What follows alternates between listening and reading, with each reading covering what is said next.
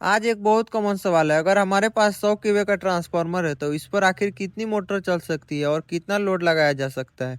चलिए इसे आसान भाषा में समझते हैं। सबसे पहले बात करते हैं ट्रांसफार्मर की कैपेसिटी की। हमारे पास 100 केवी का ट्रांसफार्मर है। अगर इसे लगभग यूनिट पावर फैक्टर पर देखें तो इसकी अपरेंट कैपेसिटी करीब 100 किलोवाट के बराबर होती है, लेकिन प्रैक्टिकल ट्रांसफार्मर को लगातार 100 किलोवाट तक चलाना सही तरीका नहीं है, क्योंकि लोड का पावर फैक्टर मोटर की स्टार्टिंग करंट और ट्रांसफार्मर की ऑपरेटिंग कंडीशन भी मैटर करती है। मान लीजिए हमारे पास 10 एचपी की मोटर है। 10 एचपी लगभग 7.5 किलोवाट के बराबर होती है, लेकिन मोटर का एक्चुअल इलेक्ट्रिकल इनपुट इससे ज़्यादा हो सकता है, क्योंकि इसमें लॉसेस और पावर फैक्टर भी शामिल होते हैं। और सबसे इम्पोर्टेंट बात, मोटर स्टार्ट होते समय रनिंग करंट से कई गुना ज़्यादा करंट ले सकती है।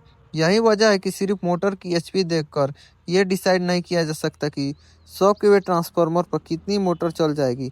उदाहरण के लिए अगर आपके पास कोई 10 एचपी की मोटर है तो थ्योरेटिकली कई मोटर चल सकती है, लेकिन अगर सारी मोटर एक साथ स्टार्ट होंगी तो स्टार्टिंग करंट बहुत बढ़ सकता है और ट्रांसफार्मर पर भारी वोल्टेज ड्रॉप आ सकता है। इसीलिए प्रैक्टिकल कैलकुलेशन में मोटर का HP, efficiency, power factor, starting method और एक साथ चलने वाला लोड सब देखना जरूरी है।